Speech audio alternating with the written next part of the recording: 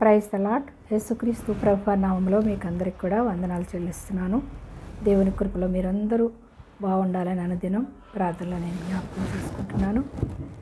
అయితే ఈ దినం మనం వాక్యాన్ని ధ్యానించుకునే ముందుగా ప్రార్థన చేసుకుందాం. ప్రార్థనలో మీరందరూ కూడా ఏకీభవించండి.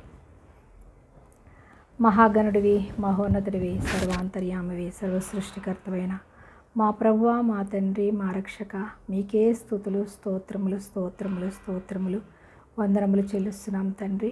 అల్పులము అయోగ్యులైన మమ్మల్ని మీరు ఎంతగానో ప్రేమించి, అయ్యా ప్రభువా, మా కొరకు మీ సిలువలో ప్రాణం పెట్టి మీ రక్తాన్ని మా కొరకు కార్చి, అయ్యా మా పాపాలు శాపాలు దోషాలన్నిటి నుంచి కడిగి పవిత్రులుగా నీతిమంతులుగా చేసి మమ్మల్ని ప్రభువా నీ రాజ్య వారసులుగా చేసుకున్నందుకు నీకు కోటాను కోట్ల వందనాలు స్తోత్రాలు చెల్లిస్తున్నాం తండ్రి. ఏమిచ్చి నీ రుణాన్ని మేము తీర్చుకోలేము ప్రభా. మా ప్రాణాత్మ దేహములు మీకు సమర్పించి ప్రభా నీ కొరకే జీవించి ప్రభా నీ రాజ్య సువార్తను ఈ లోకమంతటికీ ప్రకటించి, అయ్యా నీ రుణాన్ని మేము ఈ విధముగా తీర్చుకొని ఈ లోకానికి వెలుగుగా ఉప్పుగా అనేక మందికి దీవెనకరంగా ఉండనట్లు నీ బలమైన ఆత్మశక్తి చేత మమ్మల్ని నింపండి ప్రభా. అయ్యా ఈ సమయంలో ఏ అవసరతతో నీ పాదసరదిలో మొరపెడుతున్నారు ప్రభా, ప్రతి బిడ్డను దర్శించండి అయ్యా. ప్రత్యేకించి పేదవారిని, దిక్కులేని వారిని, అవసరత కలిగిన వారిని, తల్లిదండ్రులు లేని వారిని ప్రభా మీరు ఆదరించి బలపరిచి ధైర్యపరచండి ప్రభా. అయ్యా ప్రతి ఒక్కరికి శాంతి, సమాధానము, ఆరోగ్యము, ఐశ్వర్యము, రక్షణ ఇచ్చి ప్రభా నీ పరలోక రాజ్య వారసులుగా మీరు చేసుకుంటున్నందుకు నీకు వందనాలు ప్రభా. తండ్రి ఈ లోక అంధత్వం నుంచి విడిపించి, అపవాది దురాత్మ శక్తుల నుంచి విడిపించి నీ బలమైన ఆత్మశక్తి చేత నింపి, అయ్యా ప్రభా ఈ వాక్యాన్ని విత్తుతూ ఉండగా వినే చెవి, గ్రహించే మనసు ప్రతి బిడకు దయచేసి నీ మెండైన దీవెన ఆశీర్వాదాలు, పరిశుద్ధాత్మశక్తిని ప్రతి బిడకు నిత్యము తోడించి భద్రపరచమని ఈ ఆరాధన అంతటి నీకు మహిమకరంగా జరిగించుకొని మీరే నాలో ఉండి మాట్లాడి సమస్త మహిమ ఘనత ప్రభావములు పొందుకోమని మా ప్రభువును మా ప్రియరక్షకుడైన యేసుక్రీస్తు ప్రభువారి అతి శ్రేష్టమైన నామంలో ఈ ప్రార్థన సమర్పిస్తున్నాను పరమ తండ్రి. Amen amen. హల్లెలూయా స్తోత్రం. ఈ దిన మన వాక్యాంశం కొరకు రోమపత్రిక 6వ అధ్యాయము 1వ వచనం. అలాగైనా ఏమందుము, కృప విస్తరింపవలెనని పాపమందు నిలిచియుందుమా. ఈరోజు అంశం ఏంటంటే ఈ దిన వాక్యాంశము కృప విస్తరింపవలెనని పాపమందు నిలిచియుందుమా.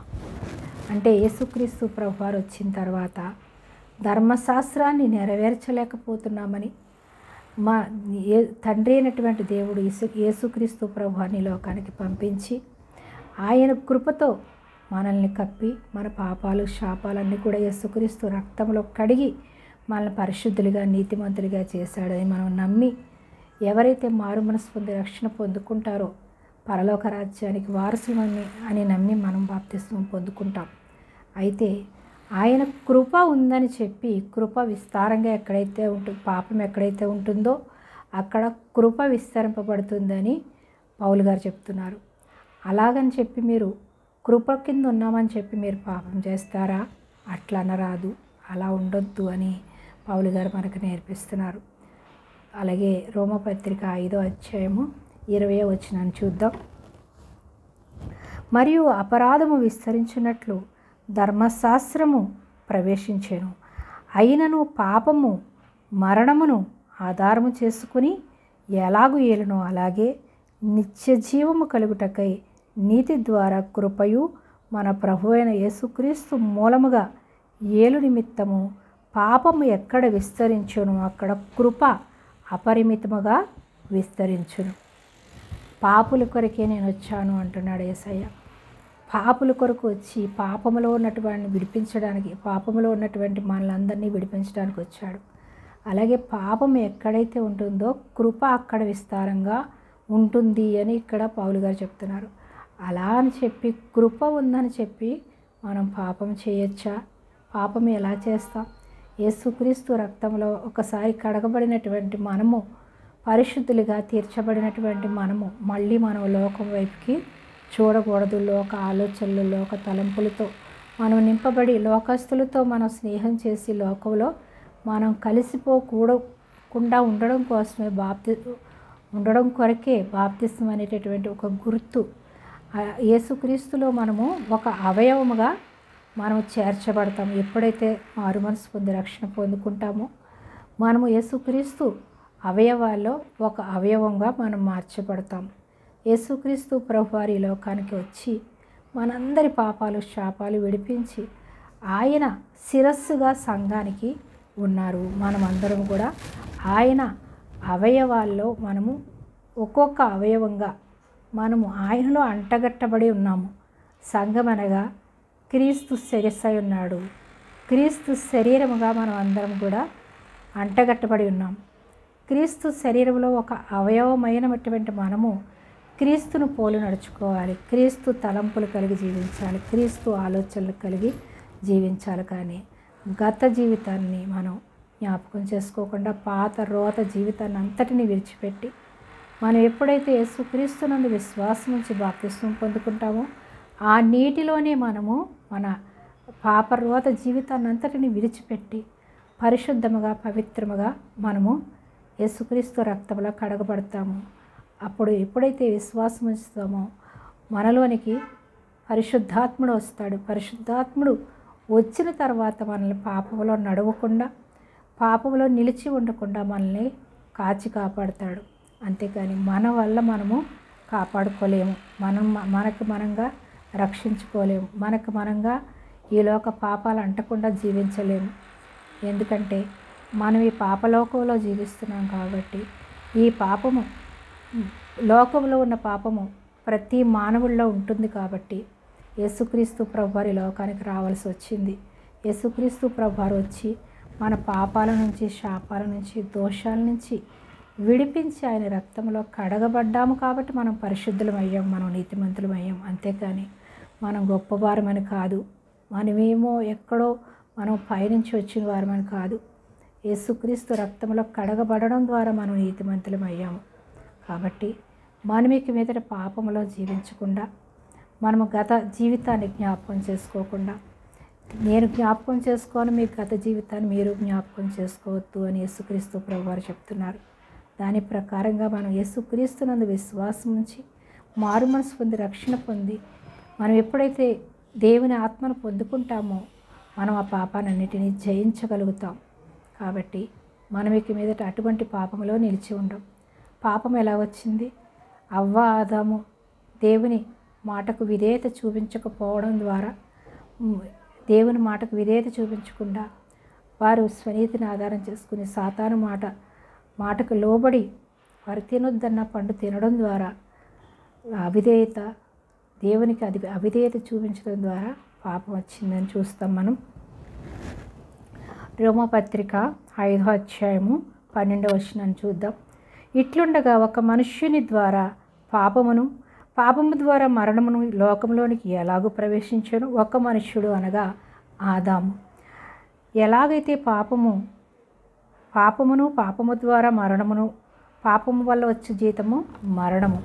కాబట్టి ఆజ్ఞ అతిక్రమమే పాపము, పాపము వల్ల వచ్చే జీతము మరణము. కాబట్టి మనకి ఏ పాపం చేయనటువంటి మనకందరికీ కూడా ఒక అంటు రోగంలాగా ఆ పాపము ప్రతి ఒక్కరికి ప్రాప్తించింది. పాపం ఉన్నవారిలో అయినా పాపం లేని వారిలో అయినా చిన్నపిల్లల్లో ఏ పాపం ఉంటుంది? అందరికీ కూడా ఆ యొక్క మరణము ప్రాప్తించింది. ఎందుకు? ఆజ్ఞను అతిక్రమించడం ద్వారా. అందుకే దేవుడిచ్చినటువంటి ఏ మాటను కూడా మనం అతిక్రమించవద్దు. నిన్ను వలె నీ పొరుగు వారిని ప్రేమించు అన్నాడు. నీ దేవుడైన యెహోవాను తప్ప భూమి కింద కానీ భూమి కింద నీళ్ళలో కానీ ఆకాశంలో కానీ ఏ రూపంలో కూడా నువ్వు ఏ విగ్రహాన్ని నువ్వు చేసుకుని సాగిలపడొద్దు, పూజించొద్దని అతి ముఖ్యమైనటువంటి ధర్మశాస్త్రంలో మనకిచ్చినటువంటి ఒక దేవుడు మనకిచ్చినటువంటి ఆజ్ఞలు 10 ఆజ్ఞలు దేవుడు మోషేకి ఇచ్చాడు. నిర్గమాకాండం 20 అధ్యాయాల్లో చూస్తాం. ఆజ్ఞ అతిక్రమమే పాపం అంటున్నాడు. కాబట్టి దేవుడిచ్చిన ఏ ఆజ్ఞను కూడా మనం మీరకుండా మీరు 6 దినములు పనిచేసి 7వ దినాన్ని దేవుని సన్నిధిలో విశ్రమించండి అన్నాడు.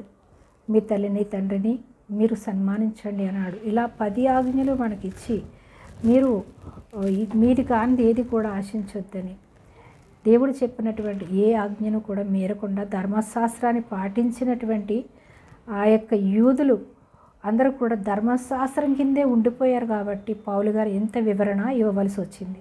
ధర్మశాస్త్రాన్ని పాటించినంత మాత్రాన మన పాపాలు క్షమించబడవు. యేసుక్రీస్తునందు ఎవరైతే విశ్వాసం ఉంచుతారో అప్పుడు ఈ పదాజ్ఞల్ని పాటించడానికి వారికి శక్తిని దేవుడు ఇస్తాడు. కాబట్టి వాళ్ళు పాటించగలుగుతారు. కాబట్టి వాళ్ళందరూ కూడా దేవుని రాజ్యంలో ఉంటారు అని పౌలు గారు మనకి వివరిస్తున్నారు. ఆ మనుష్యుని ద్వారా మనకు పాపం ఎలాగొచ్చిందో యేసుక్రీస్తు ద్వారా మనకి నీతి పరిశుద్ధత మనలోకి వచ్చింది. చూద్దాం ఇక్కడ.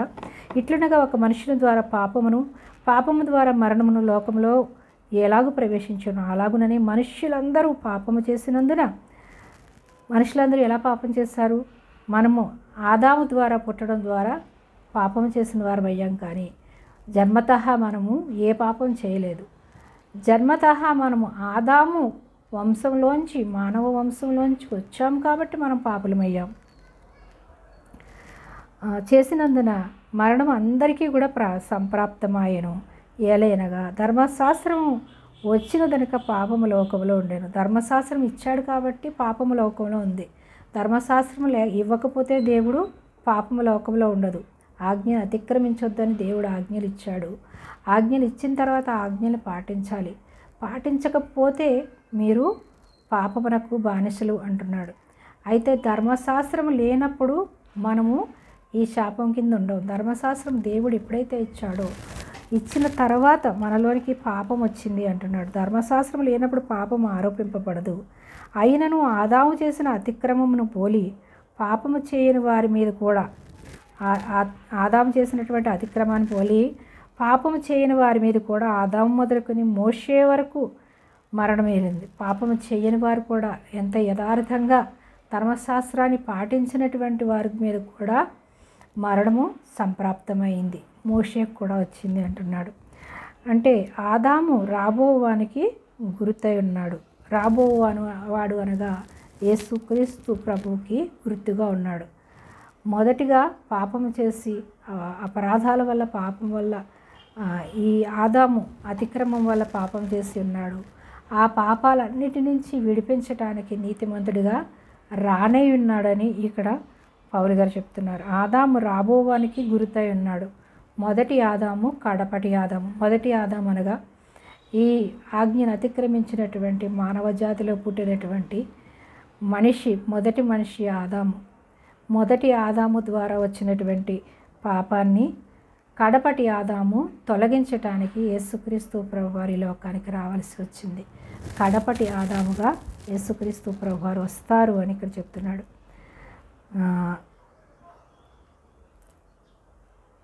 అయితే అపరాధము కలిగినట్టు కృపావరము కూడా కలిగింది. ఎట్లనగా ఒకని అపరాధం వలన అనేకులు చనిపోయినట్లా మరి ఎక్కువగా దేవుని కృపయు యేసుక్రీస్తు ఒక మనుష్యుని కృపచేత దానమును అనేకులకు విస్తరించింది.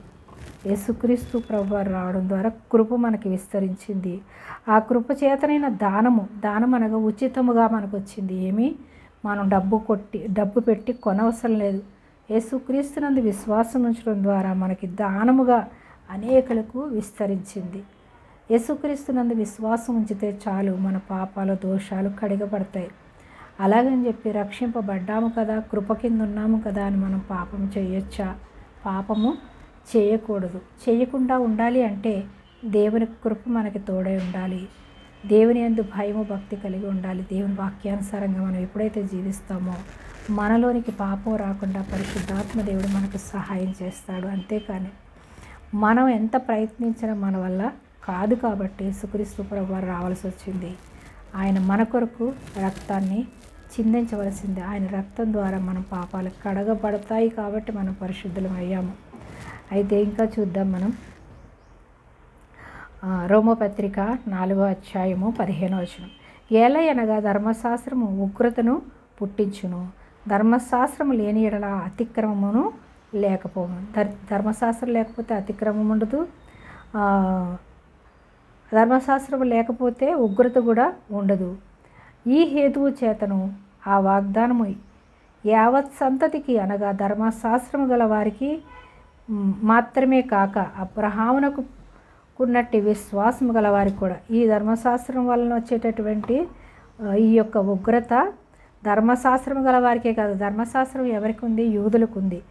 వారికే కాకుండా వారికి మాత్రం కాక అబ్రహామునకున్నట్టి విశ్వాసం గల వారికి కూడా దృఢము కావాలనని కృప అనుసరించినదే ఉండునట్లు అది విశ్వాస మూలమైనది ఆయన.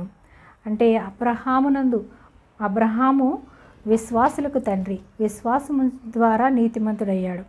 అలాగే యేసుక్రీస్తునందు విశ్వాసం ఉంచినటువంటి మనం అందరము కూడా అబ్రహాము సంతానముగా మనం మార్చబడ్డాం. మనందరికీ కూడా అబ్రహాము తండ్రి కాబట్టి అబ్రహాముకున్నటువంటి ఆశీర్వాదాలు మన మీద ఉంటాయంటున్నాడు. విశ్వాసం వలనదాయను, విశ్వాస మూలమైనదాయను. రోమపత్రిక 4:17 తాను విశ్వసించిన దేవుని ఎదుట అనగా మృతులను సజీవులుగా చేయువాడును లేని వాటిని ఉన్నట్టుగా పిలుచువాడునైనా ఏంటంటే సజీవులను అనగా మృతులను సజీవులుగా చేయగలడు, లేని వాటిని ఉన్నట్టుగానే పిలువగలవాడునై నైనా దేవుని ఎదుట అతడు మనకందరికీ తండ్రి అయి ఉన్నాడు. మనకు అబ్రహాము విశ్వాసమును బట్టి మనమందరం కూడా విశ్వాసం ఉంచిన మనమందరం కూడా అబ్రహాము మనకు తండ్రి అయి ఉన్నాడు. అలాగే ఉన్న వాటిని లేనట్టుగా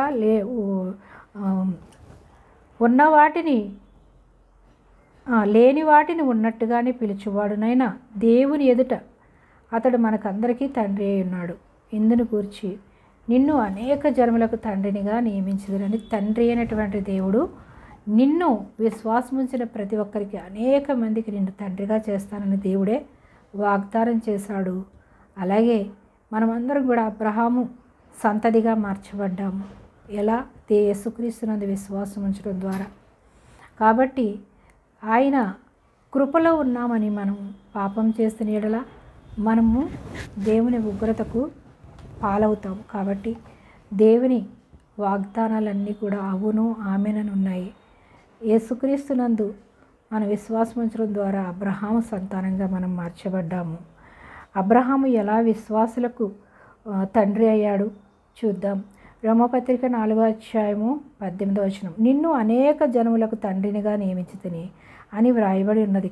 నీ సంతానము ఎలాగూ ఉండునని చెప్పిన దాన్ని బట్టి తాను అనేక జనములకు తండ్రి అగునట్లు నిరీక్షణకు ఆధారం లేనప్పుడు అతడు నిరీక్షణ కలిగి ఉండెను.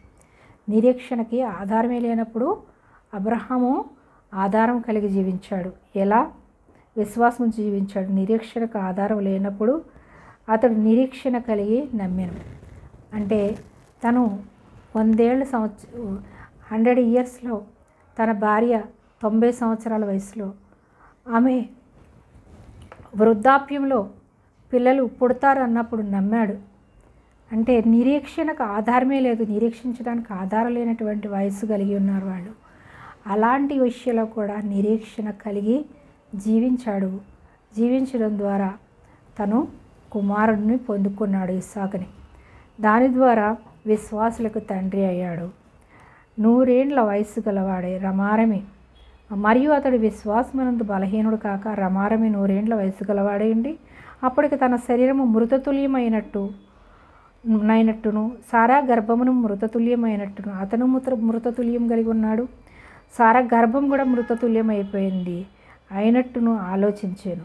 కానీ అవిశ్వాసము వలన దేవుని వాగ్దానమును గూర్చి సందేహింపక అవిశ్వాసం అనేది రాకుండా దేవుని వాగ్దానాన్ని సందేహించకుండా దేవుని మహిమపరిచి ఆయన వాగ్దానమును చేసిన దానిని నెరవేర్చుటకు సమర్థుడని రూఢిగా విశ్వసించి విశ్వాసము వలన బలం పొందుకున్నాడు. అవిశ్వాసం రాకుండా లేని వాటిని ఉన్నట్టుగా చేయగల శక్తివంతుడని ఎరిగినటువంటి అబ్రహాము నిరీక్షణకు ఆధారం లేనప్పుడు నిరీక్షణ గలవాడిగా దేవుని యందు విశ్వాసం ఉంచాడు. కాబట్టి మృతతుల్యమైపోయినటువంటి తన భార్య గర్భాన్ని మళ్ళీ పునరుజ్జీవం కలుగజేసి అబ్రహాము మృతతుల్యమైనటువంటి తన శరీరాన్ని మళ్ళీ బలపరిచి వారికి కుమారుణ్ణి అనుగ్రహించాడు. మనము కూడా యేసుక్రీస్తునందు విశ్వాసం ఉంచడం ద్వారా మనం నీతిమంతులం అయ్యాము. అబ్రహాముకున్నటువంటి విశ్వాసం మనం కూడా కలిగి జీవించాలి. నిరీక్షణకు ఆధారమే లేనప్పుడు ఎలాగైతే నిరీక్షణ కలిగి అబ్రహాము జీవించాడో, అలాగే మన జీవితాల్లో మనము ఇది అవ్వదు, ఇది మనం చేయలేము, ఇది మన వల్ల కాదు అని మనం అనుకోని మనం నిరుత్సాహపడితే, అవిశ్వాసం కలిగి జీవిస్తే మనము దేవుని నుంచి మనం పొందుకోలేము.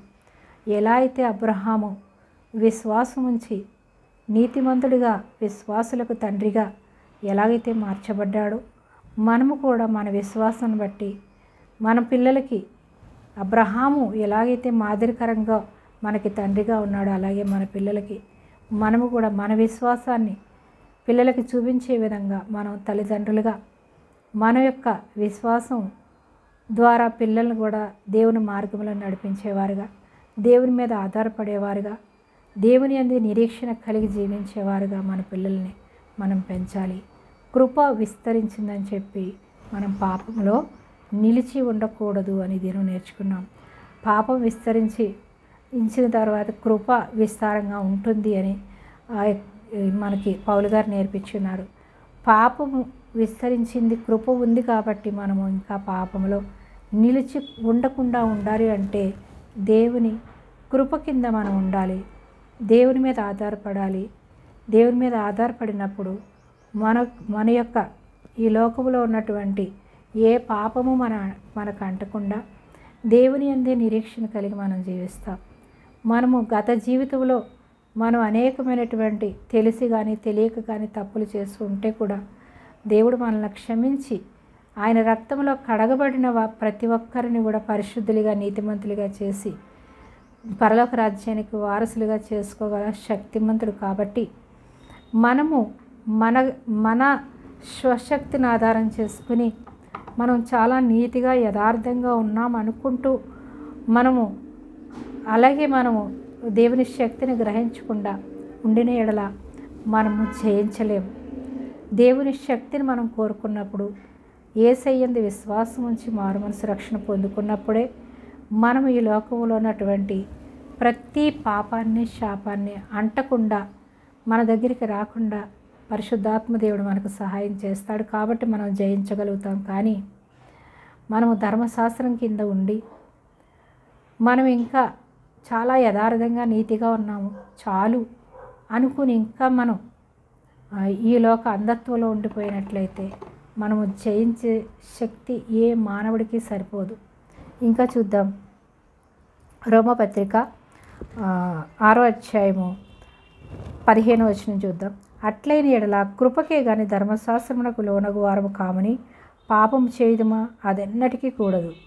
లోబడుటకు దేనికి మిమ్మును మీరు దాసులుగా అప్పగించుకుందరో అది చావు నిమిత్తముగా పాపమునకే కానీ నీతి నిమిత్తముగా విధేయతకే కానీ దేనికి మీరు లోబడుచున్నారో దానికే దాసులగుదురని మీరు ఎరుగరా? ఇంకా చూద్దాం 23వ వచనం, రోమపత్రిక 6వ అధ్యాయం 23వ వచనం. ఏలయనగా పాపము వలన వచ్చే జీతం మరణము, అయితే దేవుని కృపావరము మన ప్రభు అయిన యేసుక్రీస్తునందు నిత్య జీవము. పాపం వల్ల వచ్చే జీతము మరణము, అయితే దేవుని కృపావరము మన ప్రభు అయిన యేసుక్రీస్తునందు నిత్య జీవము. పాపం వల్ల వచ్చినటువంటి ఆ యొక్క మరణాన్ని నుంచి తప్పించి యేసుక్రీస్తునందు మనకి నిత్య జీవాన్ని ఇవ్వడానికి దేవుని కృపావరము మన ప్రభు అయిన యేసుక్రీస్తునందు నిత్య జీవము ఇవ్వడానికి యేసుక్రీస్తు ప్రభువు వచ్చాడు. కాబట్టి ఏ ఒక్కరు కూడా మనంగా మన పాపాలని విడిచిపెట్టలేము. మన వల్ల కాదు, ఏ మానవుడి వల్ల కాదు. కాబట్టి యేసుక్రీస్తు ప్రభువు రావాల్సి వచ్చింది. ఆయన యందు విశ్వాసం నుంచి మనం ఎప్పుడైతే మారుమనసు రక్షణ పొందుకుంటామో పరిశుద్ధాత్మ దేవుడు మనలోనికి వచ్చి మనకు సహాయం చేస్తాడు. అప్పుడే మనము ఈ లోక పాపాన్ని జయించగలుగుతాం. కాబట్టి రక్షింపబడినటువంటి ఇంకా ఎవరైనా ఉంటే దేవుని యందు విశ్వాసం ఉంచి మారుమనసు రక్షణ పొందుకుంటే మనం ఈ లోక పాపాల నుంచి జయించడానికి సామర్థ్యం పరిశుద్ధాత్మ దేవుడు మనకు సహాయం చేస్తాడు. యేసుక్రీస్తు ప్రభు వారి లోకానికి మార్గము, సత్యము, జీవము నేనే అని ఈ లోకానికి వచ్చిన యేసయ్య యందు విశ్వాసం ఉంచితేనే ఆయనే పరలోక రాజ్యానికి మార్గము, సత్యము, జీవము అనగా నిత్య జీవాన్ని ఇచ్చి తరతరాలు యుగయుగాలు యేసయ్యతో పాటు ఉండే ధన్యత మనకందరికీ అనుగ్రహిస్తాడు. కాబట్టి యేసుక్రీస్తునందు విశ్వాసం ఉంచి ఈ లోక పాపాలను జయించి నిత్య రాజ్యానికి వారసులు కావాలంటే యేసుక్రీస్తునందు విశ్వాసం ఉంచి మారు మనసు పొంది రక్షణ పొందుకోవాలని మిమ్మల్ని మనస్ఫూర్తిగా వేడుకుంటున్నాను. ప్రార్థన చేసుకుందాం. మహాగణుడివి, మహోన్నతుడివి, సర్వాంతర్యామివి, సర్వ సృష్టికర్తమైన మా ప్రభువ, మా దేవ, మా రక్షక, నీకే స్తుతులు స్తోత్రాలు వందనాలు చెల్లిస్తున్నాం తండ్రి. అయ్యా, కృప విస్తరించిందని చెప్పి పాపములో ఉండవచ్చా? లేదు ప్రభువా తండ్రి. మీ కృప ఎప్పుడైతే విస్తారంగా ఉంటుందో అప్పుడే ప్రభా పాపాలన్నీ కూడా క్షమింపబడతాయని మేము నమ్మి ఉన్నాము. కాబట్టి పాపముతో శాపముతో నశించిపోవలసినటువంటి మమ్మల్ని రక్షించడానికి ఈ లోక రక్షకుడుగా మీరు వచ్చి మా కొరకు సిలువలో ప్రాణం పెట్టి మృత్యుంజయుడిగా 3వ దినాన్ని లేచి మీరు ఏ విధముగా లేచి ఉన్నారో అలాగే మమ్మల్ని కూడా పరిశుద్ధులుగా నీతిమంతులుగా నాయన నీ పరలోక రాజ్యానికి వారసులుగా మమ్మల్ని చేర్చుకున్నందుకు, ఎత్తబడే గుంపులో మమ్మల్ని ఉంచినందుకు నీకు స్తోత్రాలు. అయ్యా, ఈ లోకంలో ఉన్న ప్రతి సార్వత్రిక సంఘము ఎత్తబడే సంఘముగా ఉండునుగాక. అయ్యా, ప్రతి ఒక్క దైవ సేవకుడిని నాయన నీ ఆత్మ చేత ప్రభ నింపండి ప్రభా. నీ ఆత్మ వరాలతో, ఫలాలతో, దీవెలతో, ఆశీర్వాదాలతో నింపి అయ్యా ప్రభా నీ వాక్యాన్ని ఉన్నది ఉన్నట్టుగా బోధించడానికి కావలసిన జ్ఞానం ప్రసాదించండి ప్రభా. అయ్యా, మీ యొక్క పరిశుద్ధ గ్రంథములో ఒక్క పొల్లైనా తీసివేయడానికి వీల్లేదు, ఒక్క పొల్లైనా కలపడానికి వీల్లేదు అని నీ వాక్యం సెలవిస్తుంది. కలిపిన ప్రభా మేము తీసివేసిన ఈ పరిశుద్ధ గ్రంథంలో ఉన్నటువంటి రోగములన్నీ అయ్యా ప్రభా తండ్రి ఎవరైతే బోధిస్తున్నారో వాళ్ళ మీదకి వస్తాయని నీ వాక్యం సెలవిస్తుంది. అందుకే మీరు అనేకులు బోధకులుగా ఉండకండి అని మీ వాక్యం సెలవిస్తుంది తండ్రి. అయ్యా, మేము తెలుసు కానీ తెలియక కానీ నాయన తండ్రి మేము తప్పుగా మాట్లాడితే మమ్మల్ని క్షమించండి. తెలిసి అయితే ఏ తప్పు చేయట్లేదు ప్రభా. తెలియక తప్పుగా ప్రభా నీ వాక్యాన్ని బోధిస్తే దయతో క్షమించి అయ్యా ప్రభా గ్రహించే మనసు నాయన ప్రతి విడికి దయచేయండి. విన్న వాక్యం నూరింతలుగా ఫలింపచేసి అయ్యా ప్రభా నీ వాక్యంలో బలపడి తండ్రి రక్షింపబడినటువంటి ప్రతి ఒక్కరూ విశ్వాసంలో బలపరచబడినట్లు నీ వాక్యం వారందరి జీవితాల్లో పనిచేయనుగాక. రక్షణ లేని వారికి రక్షణ కలుగునుగాక. నీ బలమైన ఆత్మశక్తి చేత ప్రభా ప్రతి బిడను నింపి బలపరచండి, ధైర్యపరచండి. నీ రక్షణ ఇచ్చి నీ రాజ్య వారసులుగా చేసుకోండి ప్రభా. ఈ లోకంలో నాయన ఉన్నప్పుడు ఏ బాధ, ఏ చింత, ఏ వేదన ప్రభా తండ్రి బిడ్డలను అంటకుండా నీ పరిశుద్ధ రక్తంలో కడిగి నీ అందే ఆనందిస్తూ నీలోనే జీవించే కృప ప్రతి బిడ్డకి దయచేయమని, గర్భఫలము లేని బిడ్డలకు నాయన గర్భఫలాన్ని ఇచ్చి అయ్యా సంతోషము సమాధానము దయచేయండి. అనారోగ్యంగా ఉన్న బిడ్డలకు నాయన యేసుక్రీస్తు నామములో స్వస్థత కలుగునుగాక. బలహీనతలో ఉన్న వారికి బలము కలుగునుగాక. పేదరికంలో ఉన్న వారికి నాయన నీ పరలోక దీవెలతో ఆశీర్వాదాలతో నింపండి ప్రభా. నీ పరలోకపు వాకిలి నింపి పట్టజాలనంత విస్తారమైన దీవెలతో నింపండి అయ్యా ప్రభా. నైనా మందిరము లేనిటువంటి సంఘాలకు మందిరాలు దయచేయండి అయ్యా. నీ యందు పరిపూర్ణమైన విశ్వాసముతో ప్రతి సంఘము బలపడినట్లు నీ కృప తోడించి ఆశీర్వదించమని, నీ మెండైన దీవెన ఆశీర్వాదాలు ప్రతి బిడపైన కుమ్మరించి అయ్యా విత్తబడిన వాక్యం నూరంతులుగా ఫలింపచేసి నీ వాక్యానుసారంగా జీవించే కృప మాకందరికీ ప్రసాదించమని మా ప్రభువును మా ప్రియరక్షకుడైన యేసుక్రీస్తు ప్రభు వారి అతి శ్రేష్టమైన నామములో ఈ ప్రార్థన సమర్పిస్తున్నాం పరమ తండ్రి. Amen, amen, amen. Praise the Lord. ఈ వాక్యం విన్నటువంటి మీరందరూ కూడా దేవుని కృపలో మనం ఉన్నామని, కృప కింద ఉన్నామని, పాపం చేయకూడదని ఈ దినం మనం నేర్చుకున్నాం. కృప ఉన్నప్పుడు మనం పాపానికి బానిసలం కాలేము. ఎందుకంటే పరిశుద్ధాత్మదేవుడు మనకు సహాయం చేస్తాడు. కాబట్టి పాపం అంటే అసహ్యించుకునే విధంగా మనల్ని మారుస్తాడు. కాబట్టి మనము దేవునిలో ఉండగలుగుతాం. కానీ మనం స్వనీతిని, మన జ్ఞానాన్ని ఆధారం చేసుకుని మనం నీతిగా యథార్థంగా ఉందాం, రక్షణ అవసరం లేదని నిర్లక్ష్యం చేస్తే కనుక ఏ మానవుడి వల్ల కాదని ఈ దినం మనం నేర్చుకుని ఉన్నాం. విన్న వాక్యం ద్వారా మీరు బలపడి ఉన్నట్లయితే ఈ వాక్యాన్ని ఇతరులకు షేర్ చేసి అనేక దీవెళ్ళు ఆశీర్వాదాలు పొందుకొని ఈ సువార్త పనిలో మీరు కూడా పాలు పంపులు పొందుకొని దేవుని నామాన్ని మహిమపరచులాగా మనమందరం కూడా దేవుని కొరకు పనిచేద్దాం. దేవుని కృప మనందరికీ తోడైనను గాక. మరొక వాక్యం శుద్ధ మళ్ళీ కలుసుకునేంతవరకు తండ్రి అయినటువంటి దేవుని కృప, పరిశుద్ధాత్మ దేవుని అన్యోన్య సహవాసం, యేసుక్రీస్తు ప్రభువారి ప్రేమ మనందరికీ నిత్యము తోడైండును గాక. Praise the Lord. ఆమేన్.